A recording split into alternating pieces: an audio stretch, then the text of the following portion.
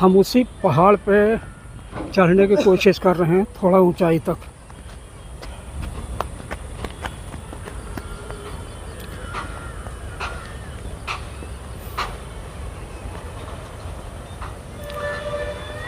हमारे मेज़बान सैयद सादिक अली मेरे साथ।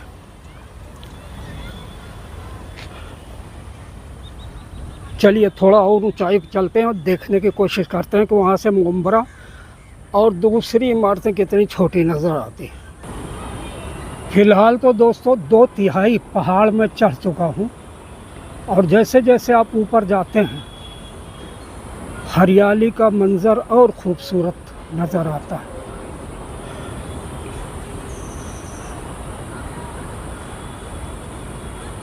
तो जैसा मैंने बताया कि मेरे साथ में मेरे ही होस्ट यानी मेज़बान एक युवा लड़का है जो मेरे साथ ही खड़े हुए हैं। आप हैं सैयद सादिक अली।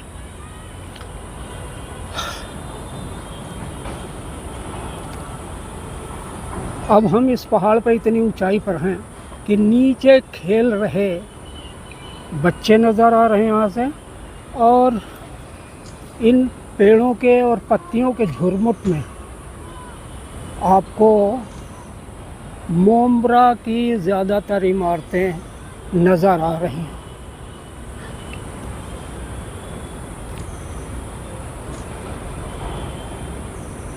हवा चल रही है हल्की।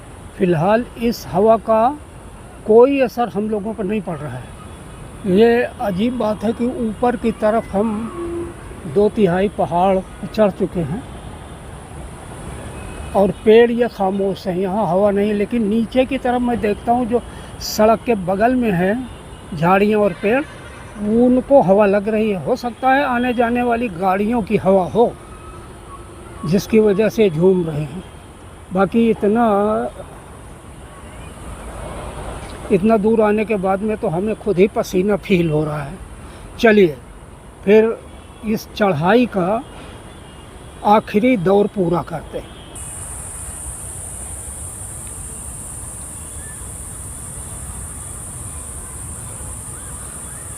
तो दोस्तों फ़िलहाल तो इस वक्त हम जिस पहाड़ पर चढ़ना शुरू किया था उसके शिखर पर हैं, और बड़ा खूबसूरत मंज़र है। देखिए इन पेड़ों की मेरे नज़दीक कोई शिनाख्त तो नहीं है कि इनको क्या कहूँ, लेकिन चारों तरफ हरियाली। और यहाँ जैसे कि चट्टानों के कटाव के पास में पैदा हुए पेड़ों का सिलसिला, ऊपर की तरफ तो पत्तियाँ जाती हैं, लेकिन सारे इतने अगर बारिश हुई तो पानी अपने साथ में ढेर सारी मिट्टी के साथ में इनको उखाड़ देती है। बट अभी बरसात प्रॉपरली शुरू नहीं हुई है। यहाँ पर एक मेरी पहचान का पौधा नज़र आ रहा है। एक या कई हैं, बांस।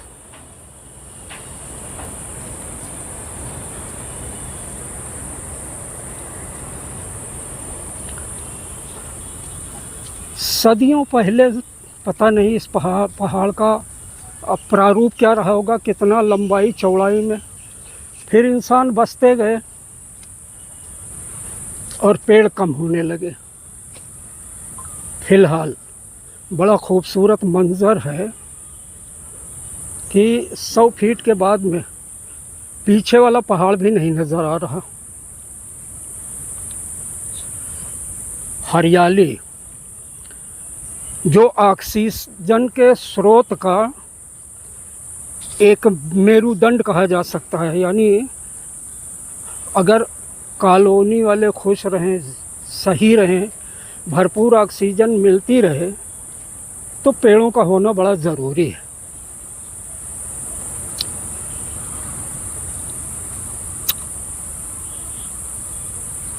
और यहाँ पेड़ बहुत हैं। अच्छी चीज़ ये है कि प्रशासन ने इस चीज़ का पूरा भरपूर ख्याल रखा है कि पेड़ ना कट सकें, बेशक लगते रहें। पेड़ों की भी अपनी उम्र होती है और हर पेड़ की उम्र अलग अलग होती है, लेकिन कोई भी पेड़ हो उसके युवा होने, बुज़ुर्ग होने और फिर प्राकृतिक आपदा या इंसानों की शरारत से कट जाने, उखड़ जाने तक इंसान कई बार बचपना से जवानी में चला जाता है। यानी इसको ऐसे समझे कि एक बच्चा पैदा होता है, शायद उसके भी बच्चे पढ़ के पैदा होकर पढ़ें लिखें और युवा हो जाए, तब तक एक पेड़ अपनी जवानी को नहीं पहुंचता। ऐसे ऐसे भी पेड़ हैं। तो पेड़ ऑक्सीजन के लिए ही नहीं, पर्यावरण के लिए ज़्यादा ज़रूरी है। एक बड़ा पेड़ सूखा नज़र आ रहा है या सही है? थोड़ा आगे बढ़कर मैं देखता हूँ।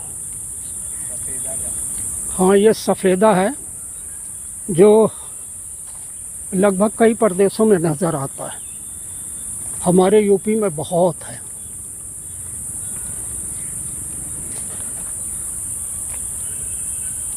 और जब भी इस पहाड़ के ऊपर चढ़कर दाएं बाएं देखता हूँ तो जड़ों की तरफ बिल्कुल नीचे कॉलोनियों के घरों के उनकी शिनाख्त मिलनी शुरू हो जाती है। और पेड़ों के झुरमुट से यहाँ से देखें तो कह सकते हैं कि वो वहाँ से पहाड़ों में झांक कर कुछ तलाशते हैं और शायद पेड़ नीचे तलहटी में बसी बस्ती की तरफ झांक कर कुछ तलाशते हैं, कुछ कहते हैं। अगर तलाशते होंगे, ऐसी कोई चीज़ तो है नहीं जो इंसान दे। हाँ, वो ज़रूर पेड़ों के मतलब पेड़ों को अगर कहा जाए कि पेड़ क्या कहते होंगे बस्ती के इंसानों से, तो इसके अलावा और क्या कह सकते हैं कि तुम अपनी बस्तियाँ बसाओ लेकिन हमारे घर मत उजाड़ो। पेड़ कटते हैं, उखड़ते हैं, फना होते हैं, फिर लगाए जाते हैं। अगर इनमें तुलना की जाए तो पेड़ कटते और बर्बाद होते ज़्यादा हैं, लगाए कम जाते हैं।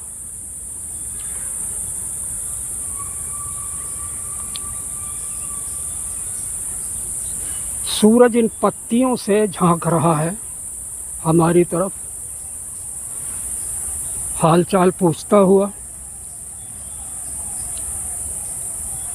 चलिए अब हम वापस चलते हैं।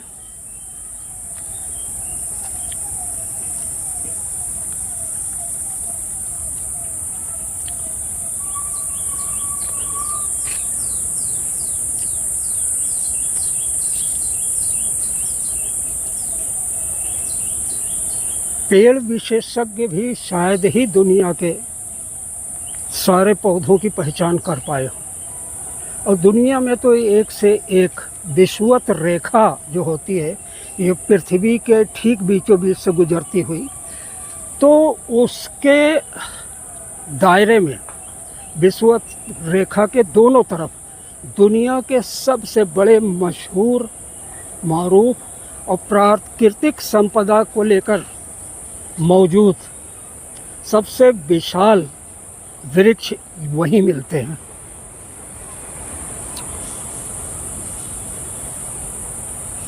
सवाना के मैदान अफ्रीका के हों या दक्षिण अमेरिका के अमेजन बेसिन के जंगल,